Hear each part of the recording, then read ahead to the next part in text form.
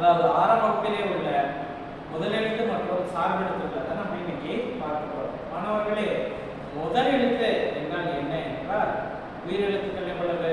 ஆட்டு ஒவ்வொருக்கும் 12 எழுத்துக்கள். மெய் எழுத்துக்கள் எவ்வளவு? 18 எழுத்துக்கள். இக்கு எழுத்து. அப்போ 12 18 30 எழுத்துக்கள். இந்த 30 எழுத்துக்களை தான் நம்ம முதல் எழுத்துக்கள் என்று சொல்கிறோம். மீண்டும் சொல்லுங்க, எத்தனை எழுத்துக்கள்? உயிரெழுத்துக்கள் 12, மெய் எழுத்துக்கள் 18 ஆகிய இந்த 30 இதுதான் நம்ம முதல் எழுத்து என்று சொல்லுகின்றோம். முதல் எழுத்துக்கள் அதாவது இலக்கணம் 5 வகையாக இருக்கு. என்னென்ன? எழுத்து, சொல், பொருள், யாப்பு, அணி என்பது இலக்கணத்தினுடைய 5 வகைகள்.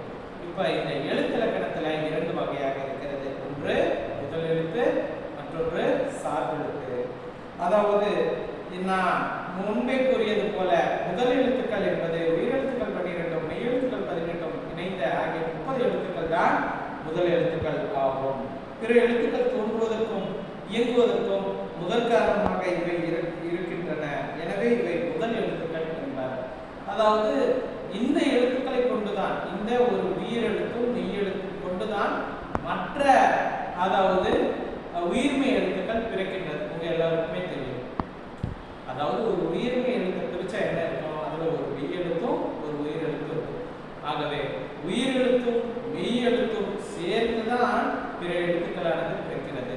ஆகவே அவை தோன்றுவதற்கு முதற் காரணமாக இவை இருப்பதனால் தான் இந்த அதாவது உயிர் என்கின்ற ஆட்டு ஆவு வரைக்கும் இருக்கின்ற எழுத்துக்களையும் மெய் எழுத்துக்கள் என்கின்ற இக்கு டு இன் என்கின்ற எழுத்துக்களையும் சேர்த்து நம்ம 30 எழுத்துக்களாக சொல்லுகிறோம். பிற எழுத்துக்கள் உருவாவதற்கு முதல் முக்கிய காரணமாக இருப்பது இந்த முதல் எழுத்துக்கள். மாணவர்களே, அடுத்தது சார்பு எழுத்துக்களினுடைய வகையை நம்ம பார்க்க போறோம். இது வந்து பாத்தீங்கன்னா முதல் எழுத்து முதல் போட்டிருக்க, சார்பு எழுத்து சார்பு போறோம். இது வந்து 2 வகையாக இருக்கிறது. அதாவது 2 வகை எழுத்துக்கள் 2 வகை. அதுல உயிர் 12 மெய் 18 சேர்ந்து இந்த சார்பு எழுத்துக்கள் எத்தனை வகையாக இருக்கிறது அப்படின்னா 10 வகையாக இருக்கிறது. மாணவர்கள் என்னென்ன என்றால் உயிர்மெய், ஆயத்தம், உயிரிழப்படை, ஒற்றளப்படை, குற்றிய நிகரம், குற்றிய விவரம், ஐகார குறுக்கம், ஔகார குறுக்கம், மகர குறுக்கம், ஆயத்த குறுக்கம். இந்த 10 வகைகளை தான் நம்ம என்னன்னு சொல்றோம் அப்படின்னா சார்பு எழுத்துக்கள் அப்படின்னு சொல்றோம். அதாவது சார்பு எழுத்துக்கள் என்பவை முதல் எழுத்துக்களை சார்ந்து வருகின்ற எழுத்துக்கள். அதனால தான் இதை நம்ம சார்பு எழுத்துக்கள் என்று சொல்லுகின்றோம். இதை நன்கு நீங்க தெரிந்து வச்சிருக்கோம்.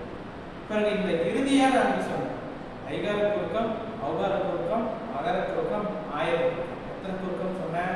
4 குறுக்கங்கள் சொன்னேன். இதை என்னன்னு சொல்லுவோம் அப்படின்னா 4 வகை குறுக்கங்கள் என்று சொல்லுவோம். குறுக்கம் என்றால் என்ன அப்படின்னா தன்னுடைய மாத்திரை அளவிலிருந்து அதாவது குறைந்து ஒலிப்பதை தான் குறுக்கம் என்று சொல்லுவோம்.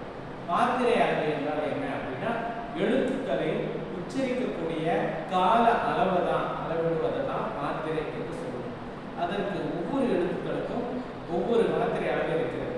குறில் எழுத்துக்களுக்கு 1 மாத்திரை, நெடில் எழுத்துக்களுக்கு 2 மாத்திரை, மெய் எழுத்துக்களுக்கு ஒற்றெழுத்துக்களுக்கு அரை மாத்திரை, இப்படியெல்லாம் இருக்கிறது. உயிர் குறில் எவ்வளவு இருக்கு?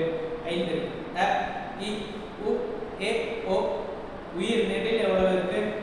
ஆ, இ, உ, ஏ, ஓ, ஔ.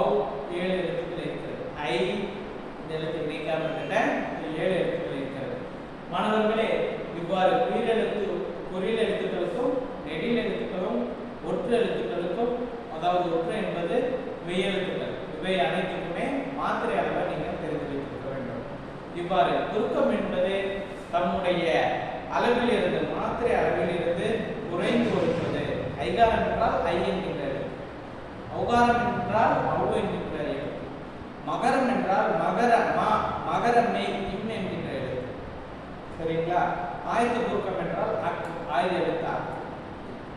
இப்படி சார்பெழுத்துக்கள்ல இறுதியான 4 வகை குறுக்கங்கள் அப்படின்னா. பிறகு உயிரளவடை ஒற்று அளவடை என்பது பாத்தீங்க அப்படின்னா உயிரெழுத்துக்கள் அளவெடுப்பது, ஒற்றளவடை ஒற்றெழுத்துக்கள் அளவெடுப்பது, குற்றிய லிகரம் குற்றிய லுகரம், குறுமை கூட்டல் இயல் கூட்டல் இகரம் குற்றிய லிகரம், ஈ என்கின்ற எழுத்து எங்கே தன்னுடைய மாத்திரை அளவிலிருந்து குறைந்து இருக்கிறது என்பது, உகரம் ஊ என்கின்ற எழுத்து எந்தெந்த இடங்கள்ல குறைந்து ஒழிப்பது என்பது.